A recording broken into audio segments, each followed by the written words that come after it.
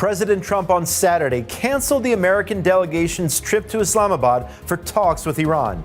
And back at home, tensions were on display in a different way as a gunman triggered a security scare, throwing the White House Correspondents' Dinner into chaos. Trump later added, "It's not going to deter me from winning the war in Iran." All this and more on today's Jerusalem Minute. Welcome back to Jerusalem Minute here on JNS TV. Josh Haston here alongside Alex Trayman. Breaking news, a potential assassination attempt targeting President Donald Trump. Gunshots ringing out at the White House Correspondents' Dinner in Washington, D.C. on Saturday night. A 31-year-old suspect has been arrested. Cole Thomas Allen, apparently a teacher from California. Prime Minister Netanyahu responding on X. Sarah and I were shocked by the attempted assassination of President Trump last night. Alex, we don't have all the details right now.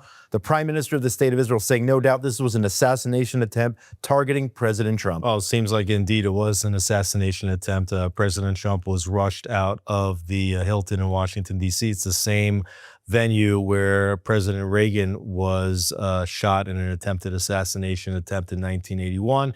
He went back to the White House. Surreal scenes. You saw the President of the United States and other members of his administration, including Kash Patel, others. You're at a press conference in the White House briefing room where you had reporters there in their tuxedos and their evening gowns. The president talking about that he was whisked out and that he hopes to have another attempt at this correspondence dinner. You know, this is the dinner where usually the president would be roasting the media. He hasn't gone in a few years, but apparently he had gone. He prepared to roast the media, which I think the media deserves after they just continue to try to character assassinate him on their pages. And so he was going to roast them. He said probably the next time they do this, that he'll be probably a little bit nicer than he was going to be. And he also urged that this is the reason why the White House needs to have a ballroom, because you cannot secure these types of venues for the President of the United States. You know, I think about the Prime Minister of the State of Israel. I've traveled with him many times. The amount of security and the logistics that goes into anytime the Prime Minister moves from one venue to another are immense. I mean, the way the Prime Minister or President of the United States, they get brought in through the bowels of these hotels because they can't go through lobbies. You know, they're always riding in bulletproof vehicles. They can't even get out of a vehicle without tents surrounding the vehicles that a sniper can't get a clean shot or know where the Prime Minister or the President of the United States would be. It's actually a terrible life, I would say, to be a president or to be the Prime Minister of the State of Israel in terms of the amount of security. A person can't even go to the store and buy milk. You know, it's they have to live a life of total protection and security, because you've got crazy people like this all the time that are trying to carry out acts, you know, more and more so as we see that the societies are just getting angrier and angrier in a way that's fueled by the media, but it's also fueled by violent video games. It's fueled by depression meds and anxiety medication. Social media for sure, just even the way people relate to others and the lack of EQ in the society, emotional quotient, you know, people and the access to guns. I mean, people just have, especially in the United States, much more access to assault rifles than they would in Israel. You don't really have too much access. So, you know, very unfortunate. Like you mentioned before the show, it looks like Trump, you know, he has 9 lives. He said the reason why he's being targeted is because he is being effective and he's getting so much done. So, you know, fortunately, Trump is okay. We pray for his success here in Israel. I'm sure that more people praying for Trump's health and success in Israel than probably in any other country around the world. And no doubt about it. You know, the Israeli media this morning, the big question was this shooter acting as a result of Trump's policies specifically towards the war in the Middle East, towards Iran? I don't think we have an answer to that question at this point. The president commented on it. Yeah. He said what did he say? He said he didn't think that. He didn't think it had to do with Iran. Connection to the Iran war. Said this is probably just a lone wolf, but I'm sure that more information is going to come out in the coming weeks. The assailant was apprehended alive. He was neutralized, injured, but alive. Is going to be arraigned on Monday, according to Janine Pirro, who's the the acting prosecutor, I believe, in Washington, D.C. And we'll find out more information in the coming days. So, Alex, let's turn right to Iran. Before the assassination attempt there, President Trump canceling meetings with the Iranian officials in Pakistan. Trump on Saturday said he canceled the trip to Islamabad in regard to the talks. He told Jared Kushner to stay home, Steve Witkoff to stay home. I'm not sure if J.D. Vance was also supposed to fly there, but let's check out this video. You probably heard that we canceled the trip. We have all the cards. We're not going to spend 15 hours in airplanes all the time going back and forth to be giving a document that was not good enough. And so we'll deal by telephone, and they can call us anytime they want. I'll deal with whoever runs the show. They don't know. They are fighting with each other. There's tremendous infighting. They're probably fighting for leadership. So, Alex, I guess the big question right now is the status of the ceasefire. President Trump, in the middle of last week, said that the ceasefire would be extended in order to have these talks. Now, those talks didn't happen.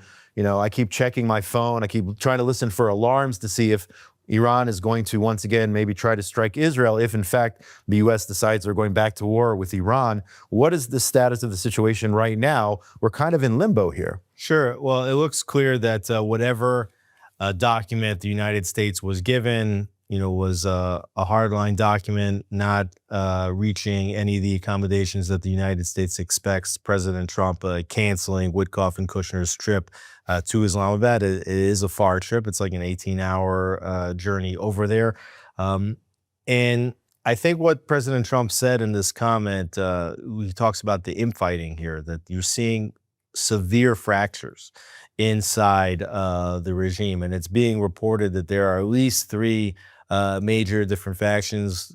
Faction number one would be the Ayatollahs, right? And there's still reports about Mojtaba Khamenei, the son of Ali Khamenei, the supreme leader. He was crowned supreme leader, but nobody has seen him.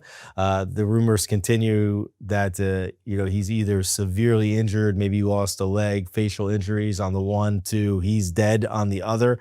There's been no visual confirmation of his life or his consciousness.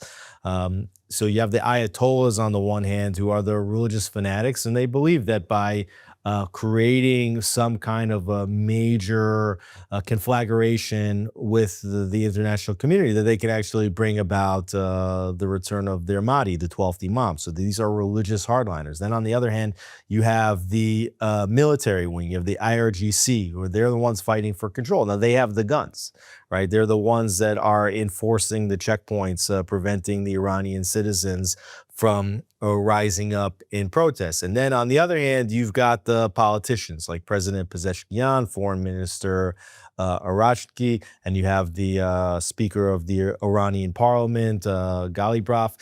And there's been reports, unconfirmed, that they've all been arrested, right, by the IRGC. So we don't even know who's in charge. And then on the outside, you've got Reza Pahlavi, who I think's been really elevating his status and doing the rounds. He was just in Europe this week. He did two major press conferences with over 150 reporters in the different places. He slammed them in a social media post, saying nobody, not one of them, asked questions about the 40,000 Iranian civilians that were killed in protests before the war.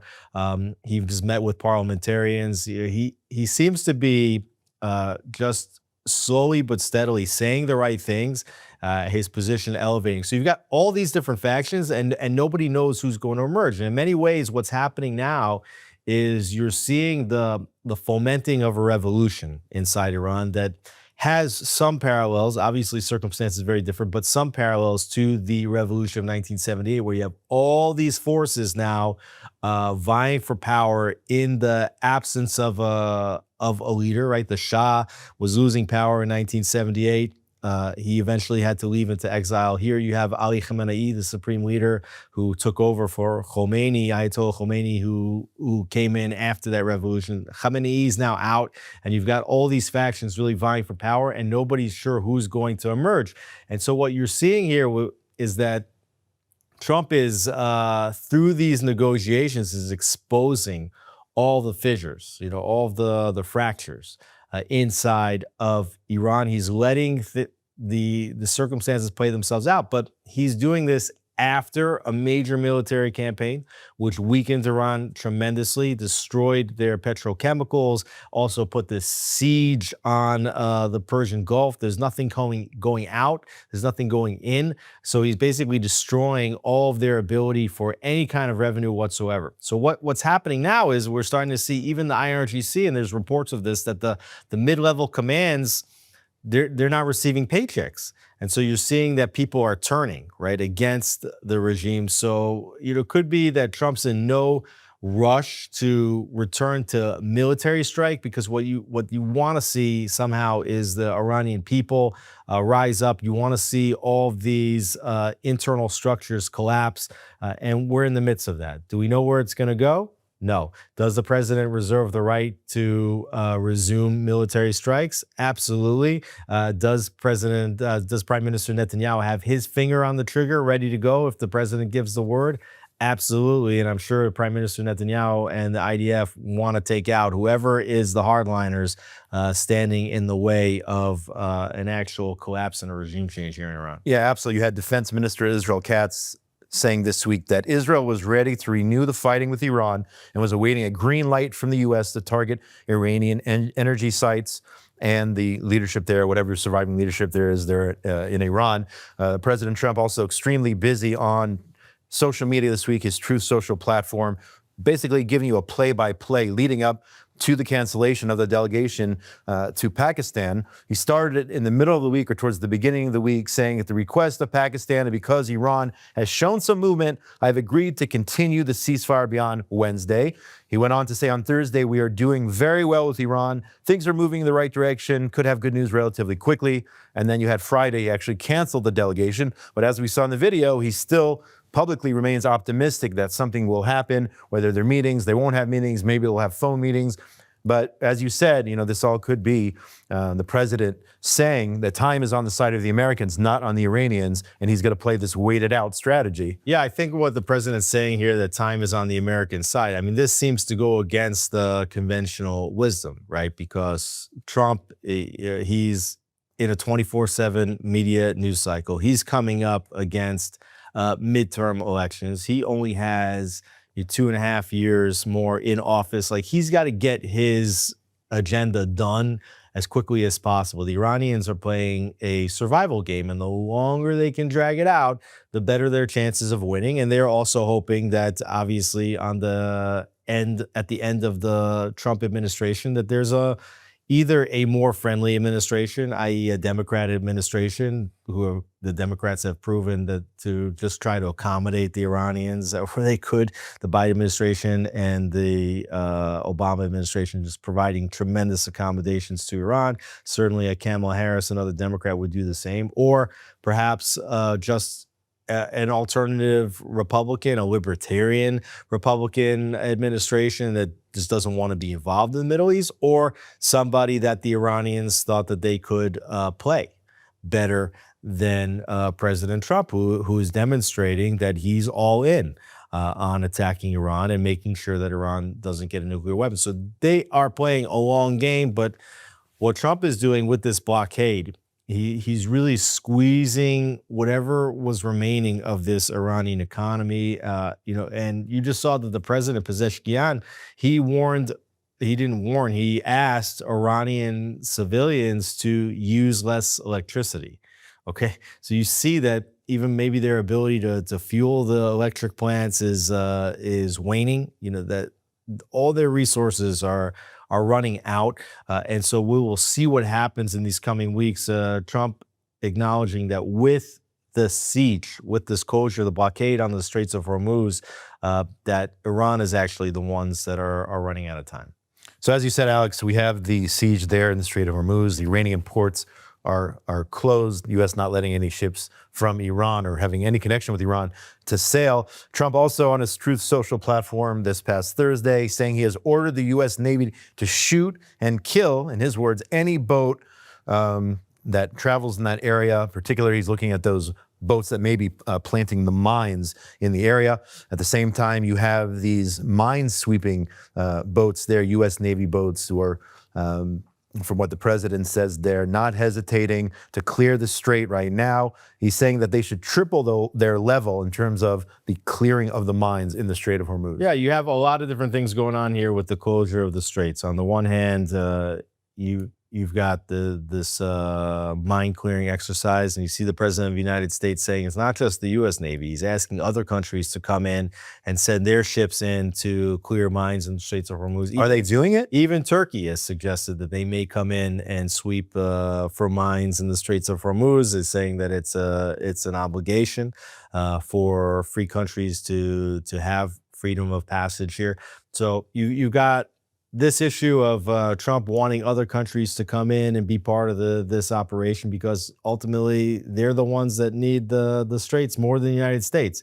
You've got this other issue of a blockade of goods coming into Iran, and you have a Chinese vessel was abducted by the United States, and basically they're saying that there were some gifts that were not so nice that the Chinese were trying to get inside to Iran, whether that was fuel for, maybe solid fuel for ballistic missiles. We don't know what it is. Nobody's actually saying. So, it's preventing the rearming. It's preventing supplies from getting into Iran. It's the international question of the mines. And then there's the export of oil, which Iran needs. And Trump's saying that the Iranians are losing something like $400 to $500 million per day in terms of exported oil. But there's another thing. When you have these oil mines, when they're not able to empty out as they're pumping oil, what happens is that and this is what I'm reading. I'm not an expert in how these petrochemical facilities, oil facilities work exactly, but there are reports that basically they stop functioning properly if they're not able to generate oil and then to offload it into ships. So the fact that nothing's getting out, it could be destroying Iran's oil capabilities in the long term as well. Alex, as you said, and President Trump stating this on Truth Social as well, Iran collapsing financially. They want the Strait of Hormuz open immediately. They're starving for cash, losing $500 million a day. Military and police complaining they are not getting paid. SOS. Those are the words of the president. Right. And the Iranians, they can print money, but the question is, what's the money worth? I mean, the rial was trading at something like 1.2 million to the dollar, to $1 before the war. And so, the Iranians can print money, but the purchasing power of that money is at this point, I mean, I want to say beyond worthless. I don't know how else you say it. And so, even if they print money to pay out IRGC, they can't do anything with that money anymore. So you're going to see soon, shortages, I think, of other types of goods inside Iran. And I guess the question is, we just have to watch to see how this strategy plays itself out. Will there be alternative weapons that get inside Iran? Will Iranian Kurds get across the border and start helping the Iranian opposition fight against the IRGC? Will they deliver the weapons that President Trump cryptically mentioned were being sent toward Iran, but that were being kept by others? Will at some point the President of the United States turn with regard to Reza Pahlavi? Now, he's been stating the entire time that he thought that Reza Pahlavi is not the guy. Right. He's a nice guy, but that you need somebody inside Iran. And maybe all of this is just a smokescreen operation to make it sound like the Shah's son, Reza Pahlavi, is not the American plant. So if President Trump is stating, okay, we don't think Reza Pahlavi is the one, but the Iranian people demand it, or it comes from within or from the outside, from another source, then maybe at some point Trump will turn around and say, okay, yes, it seems obvious that Reza Pahlavi is the guy. So he's doing his work on the outside, Trump doing his work with the economic blockade following the military strikes, which took out much of the senior leadership, the fractures being exposed here in the negotiations. Don't forget that you had just a few weeks ago, the head of the Mossad, David Barnea, saying that the efforts to crack the regime will take time and they happen after the military operation stops. So we're starting to see that start to play itself out. I think all those critics that say that the Iranians are outplaying the United States, are outplaying President Trump, I think President Trump's saying it correctly when he says that the United States has all the cards at this point. Iran doesn't really hold too many cards anymore. And we just have to now watch to see how this plays itself out. Yeah, absolutely. We'll have to see where this goes. It's nowhere near over. At the same time, we are dealing with the Iranian proxy in the north, Hezbollah, of course, in Lebanon. On one hand, you had this week the Israeli delegation in the United States with Marco Rubio there having direct talks with the Lebanese towards some sort of ceasefire, normalization, or whatnot. In fact, a 3-week ceasefire announced there by President Trump this week. And then, at the same time, you have Hezbollah. And Hezbollah continues to violate any kind of ceasefire which Israel has with Lebanon. I can't even tell you how many projectiles Hezbollah fired over the weekend. Last night, Saturday night, Prime Minister Netanyahu saying he's instructed the IDF to strike Hezbollah targets in Lebanon with force. His office said in a terse statement there on Saturday night. So you have Israel, of course, taking out Hezbollah terrorist targets in Lebanon, even during a ceasefire, which we're allowed to do. Then you have Hezbollah time and time again violating the ceasefire, firing mortars and rockets towards the communities on Israel's northern border. Not much of a ceasefire, really, even though on paper you do have an extension, a 3-week extension, but the situation very tense in northern Israel right now. All right, so about a week ago, when we were talking, I would have thought that the ceasefire in Lebanon would hold on the basis of these longer-term negotiations, and the ceasefire with Iran would break down over the Iranians' inability to reach an accommodation with the President of the United States. And here we see what's happening is actually the opposite. Inside Iran, the president wants to allow the economic blockade to play itself out, not in a rush to resume military hostilities. But here, as the negotiations between Israel and Lebanon proceed and they look promising, what you see is that Hezbollah doesn't want that to happen. So they're trying to foil the negotiations by firing at Israel, basically demonstrating that they are the more powerful force, and they are a force to be reckoned with. The Lebanon, the government, you're negotiating with a government that is not, they're not the party that you're at war with. Israel is at war with Hezbollah. It's negotiating with the Lebanese government. Right. The Lebanese government has never proved the ability to be able to crush Hezbollah. Hezbollah is being squeezed on the one hand because their backers, Iran, no longer are providing them with weapons or funding, right? That's where the economic blockade of Iran comes in. Hezbollah doesn't have any money. They're not getting any more weapons. On the Syrian border, you used to have Bashar Assad, who the former president of Syria, who was also somewhat of a backer of Hezbollah. He relied on Hezbollah for protection. And so he allowed Syria to be used as a land bridge in order to rearm and resupply Hezbollah. You see al-Shara in Syria, no friend. Al-Shara is not a friend of Israel, but he is an enemy of Hezbollah, right? It was Hezbollah's weakening that allowed al-Shara to come in, and we've actually seen reports that al-Shara and his troops have foiled some smuggling attempts into Lebanon, have seized weapons, uncovered tunnels between Syria and Lebanon. So right now, the enemy of my enemy is, I don't know if we want to say my friend, but useful in the weakening of Hezbollah. And then on the other side, Hezbollah is being squeezed by the diplomacy efforts between Lebanon and Israel. The fact that this Lebanese government, and the heads of the government, the president, Joseph Ayoun, he's Christian, they're trying to reassert their control in this country over Hezbollah. Now, they haven't been saying nice things about Israel during this negotiation, even as their ambassador is sitting across the table from Israel's ambassador, Yechiel Leiter. Let's just jump out if we can. Let's jump out to the video here of the delegations in Washington this past week. We had a great meeting with the very high officials of Lebanon and very high officials of Israel, and we think that the President of Lebanon and the Prime Minister of Israel over the next couple of weeks will be coming here. They've agreed to an additional 3 weeks of, no firing, ceasefire, no more firing. Let's see.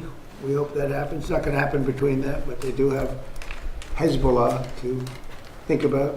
It gives everybody time to continue to work on what's going to be a permanent peace between two countries that want to be at peace. Both are victimized by the same terrorist organization. A terrorist organization that no doubt has victimized Israel, but has also victimized the people of Lebanon. The people of Lebanon deserve to live in a country that's peaceful and prosperous. So very positive meeting there. But Alex, as you were saying, the Lebanese still not saying nice things about Israel, even though they're in the room together there in Washington. Well, they're afraid for their lives, right? If they say, Israel is our friend, they're afraid that they're going to be taken out. They have no choice right now but to be at the negotiating table, most likely because the President of the United States waving carrots in terms of billions of dollars in financing, the same way that the President of the United States gave billions of dollars in sanctions relief to al-Shara in Syria. The Lebanese government hoping that if they get a very nice financial package from the United States, that will be their power. There's the economic leverage, there's military leverage. The Lebanese army, they don't have military leverage. They're hoping that the Lebanese government, they can get economic leverage for rebuilding. And they're being forced into a negotiation with the state of Israel. Israel also really being forced, I would say, into this negotiation. Now, obviously, Israel sees these long-term benefits, right? If Hezbollah can actually be squeezed, if Israel retains the right to fire at Hezbollah, even during a ceasefire, which means you're basically redefining what a ceasefire actually means. Mm-hmm. Of course, Hezbollah is not really party to the agreement. So when you say ceasefire between Lebanon and Israel, Hezbollah, they don't acknowledge the ceasefire. So, but Israel retaining the right to operate. The fact that Hezbollah has been weakened so much is the only thing that actually allows the Lebanese government to come sit in these negotiations with Israel. The fact that you have Mike Huckabee, who is the American ambassador to Israel, who was flown to Washington. We didn't know exactly what for.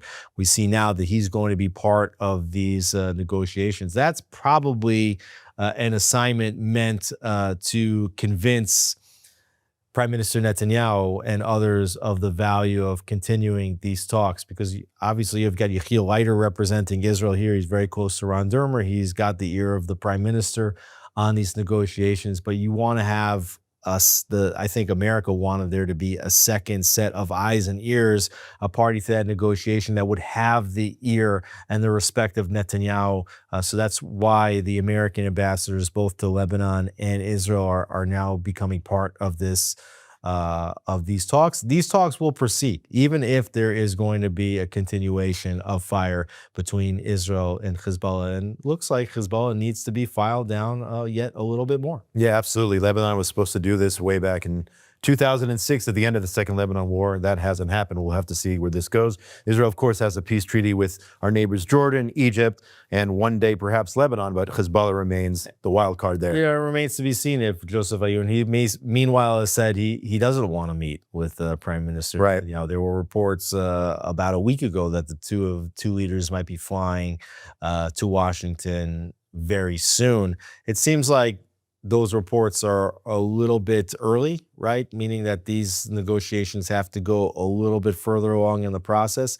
It would be interesting to see if Ayoun would actually take a meeting alongside Netanyahu to see that type of a handshake on the lawn of the White House. Definitely would be I think would be a breakthrough for the Middle East, and just another domino to fall between Israel and these other countries which have previously seen themselves in conflict with Israel. Marco Rubio is saying it best, that Israel and Lebanon, hey, they have the same enemy. The enemy is Hezbollah. You take Hezbollah out of the picture, there really isn't a reason why Lebanon and Israel should not have normalized relations. Now, there's also a question of what happens in this area south of the Litani River that Israel's cleared out. Meanwhile, Israel telling Lebanese citizens, don't come back down. Don't approach the Litani. Don't come back. There's been some reports of them trying to get back down. Israel, meanwhile, maintaining this buffer zone, and what will happen to it? There's been talks that maybe this could be created as an economic zone, right? That Israel would protect militarily, but that you would not have civilians or Hezbollah able to get south of the Litani River anymore. Alex, I want to switch gears here if we can. We are in an election season. By law, Israel must hold parliamentary elections for the Knesset, the latest by October. Here we are at the end of April, so we'll have to see how it plays out. It could happen in the next within a 90-day period, or maybe all the way to October. We'll have to see what Prime Minister Netanyahu wants to do. He could call elections, and then we could have them in 90 days. But reports over the weekend that disgruntled, I would call them, members of the Likud perhaps are forming some sort of breakaway party. I don't know if you want to call it a right-wing party, a right of center or whatnot.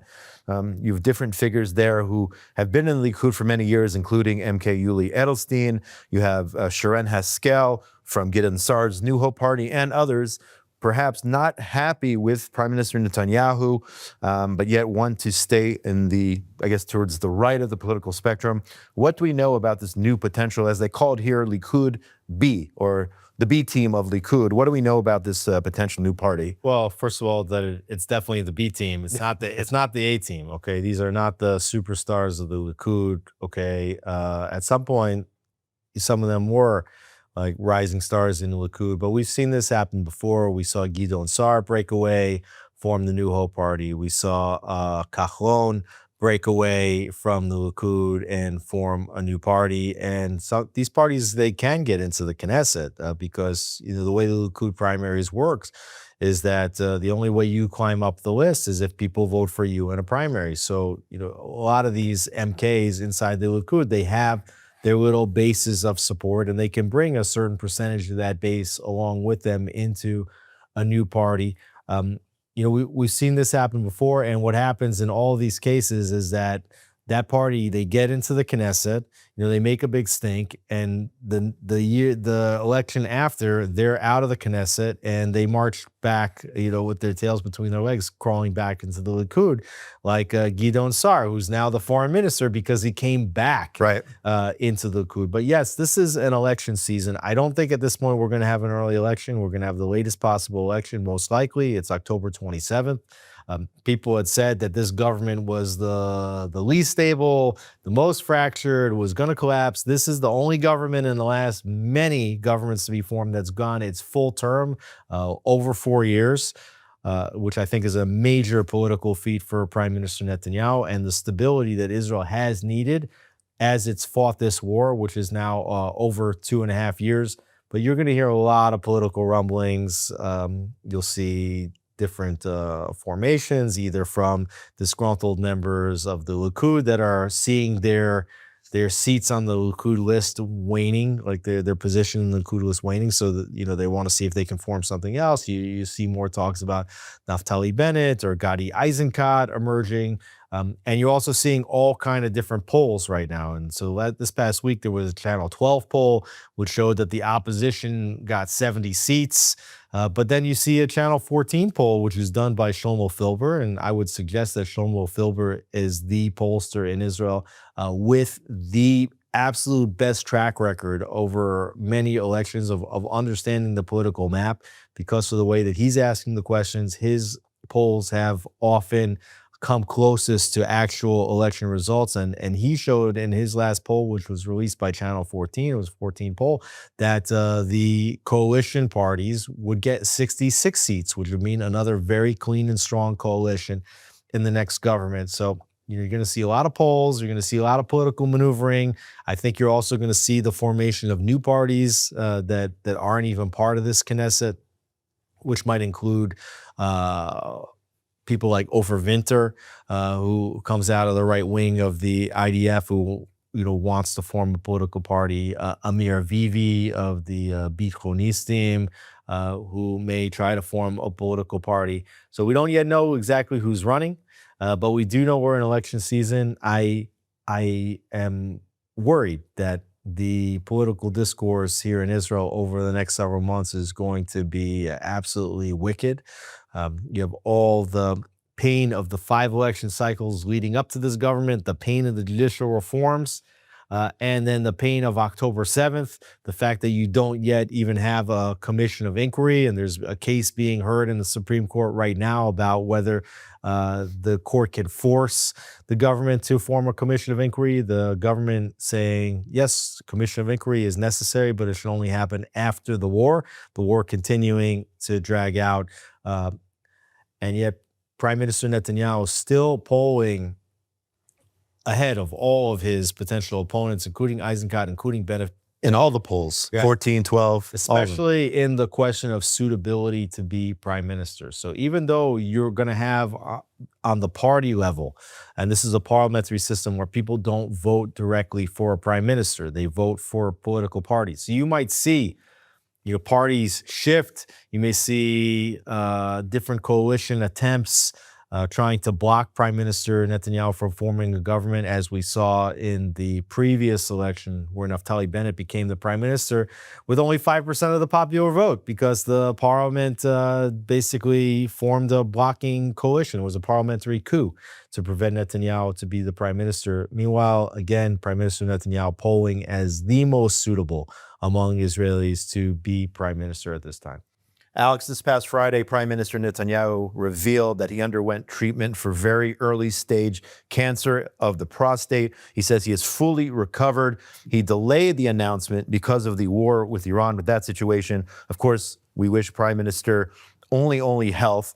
Talking about this from a political perspective, how do you think voters, and I even hate to do so because health is number one, but how do you think voters will react finding out this news that the Prime Minister had cancer? Does look like he's fully recovered, but does that impact voters? And what do you make of this situation in regards to the Prime Minister's health? Well, we know that the Prime Minister had a major surgery. He went in to get his essentially prostate removed, or a tumor from the prostate removed. At the time, I posited that this is likely cancerous, even though it wasn't being announced, because if it was just enlarged, you're fighting a war, you don't go into a surgery. But Prime Minister Netanyahu went in for this procedure. It was reported. Now it's being reported for the first time that he was undergoing radiation treatments.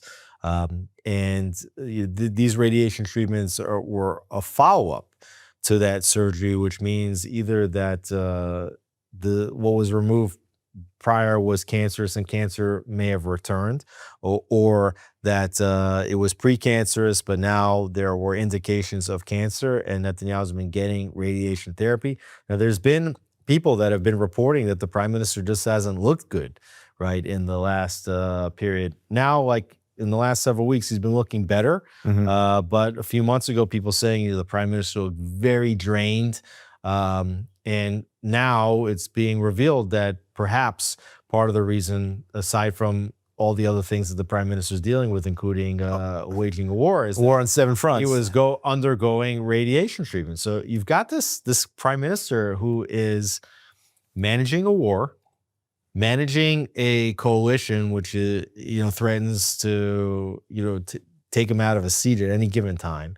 You have an opposition in the media. You have a court that blocks the government's moves. You have a prosecution which is putting him under trial, where he has to go to testify at a trial, and he's undergoing radiation treatment at the same time. Okay, it's hard to fathom the ability of any person to undergo so much and to deal with so many different things at the same time, and to do it at the highest levels where the stakes are so high. So first of all, we hope that the Prime Minister is healthy right now. Of course. That he is both recovered from whatever was going on inside his prostate, and two, recovered from the menacing effects of radiation therapy, which, I guess we're making the Prime Minister much weaker than you would have hoped. I hope the Prime Minister is feeling strong enough now to perform his tasks. So you need to have a healthy Prime Minister. You need to have a Prime Minister that's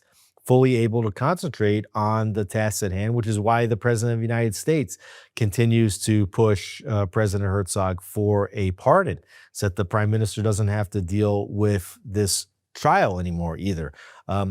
In terms of how does this affect what voters feel? Well, again, the recent polls show that Netanyahu is the most suitable. I think what this episode does reveal, and some of what we were talking about before with regard to potentially breakaway party in the Likud, is a succession plan, right? The prime minister is not young. He's getting older. He had a pacemaker installed, during this term.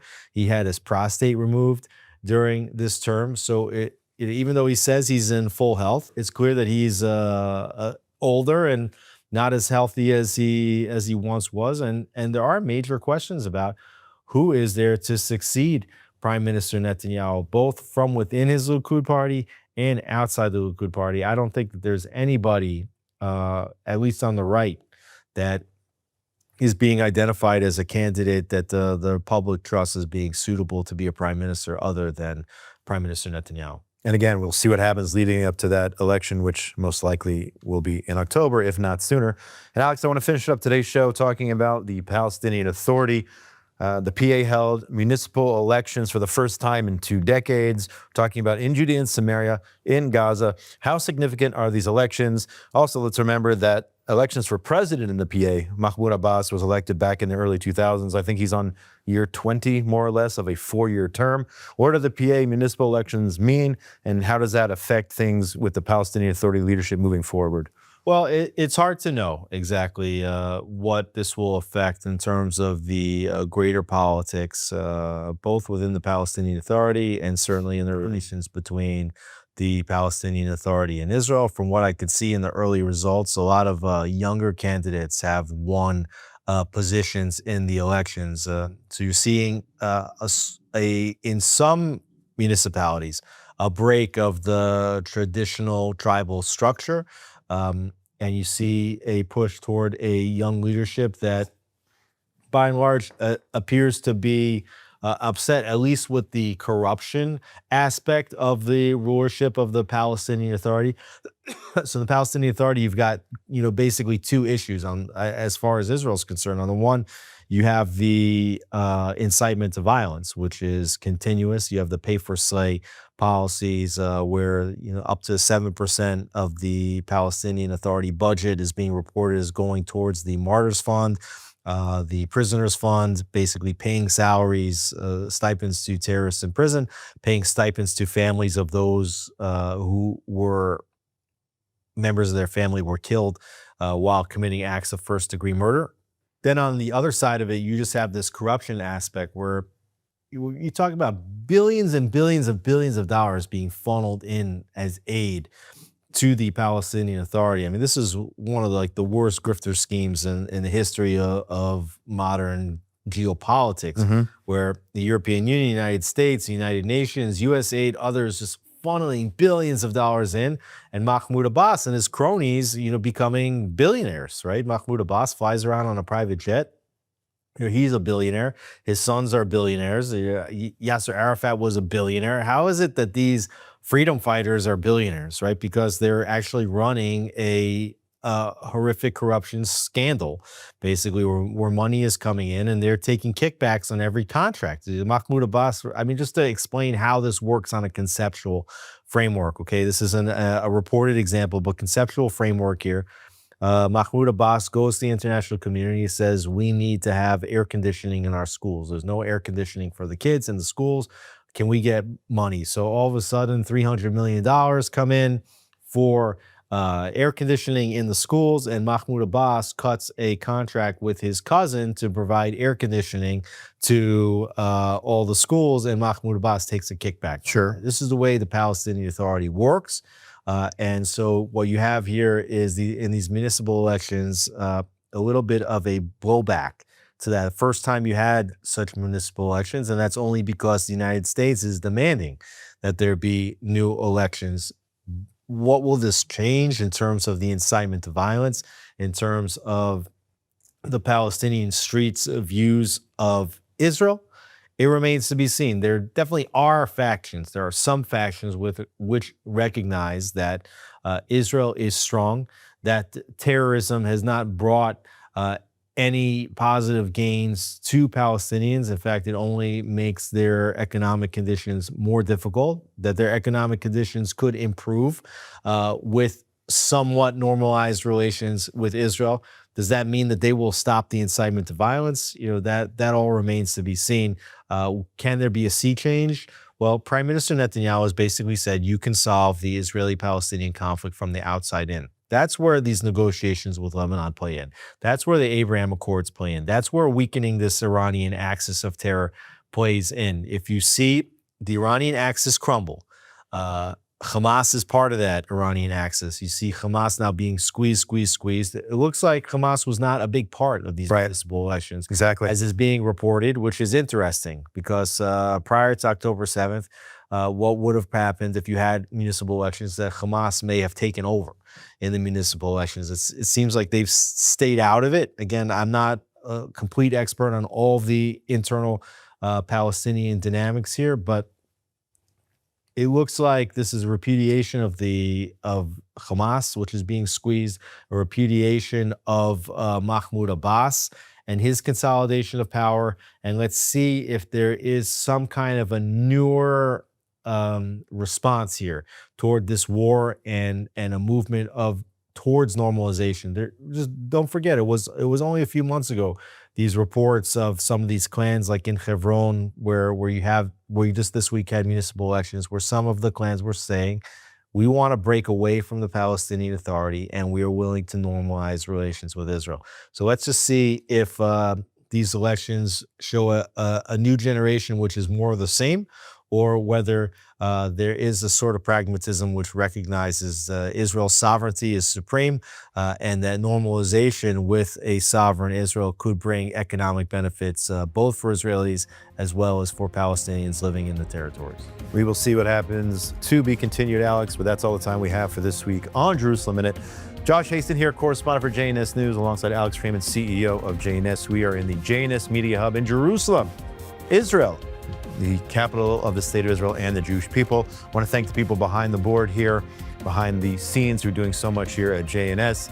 And don't forget to subscribe, give us a super thanks, and go to all the amazing programming provided by JNS TV. And of course, go to jns.org for all the latest breaking news from Israel, the Middle East, and the entire Jewish world. We'll see you next week here on Jerusalem Minute.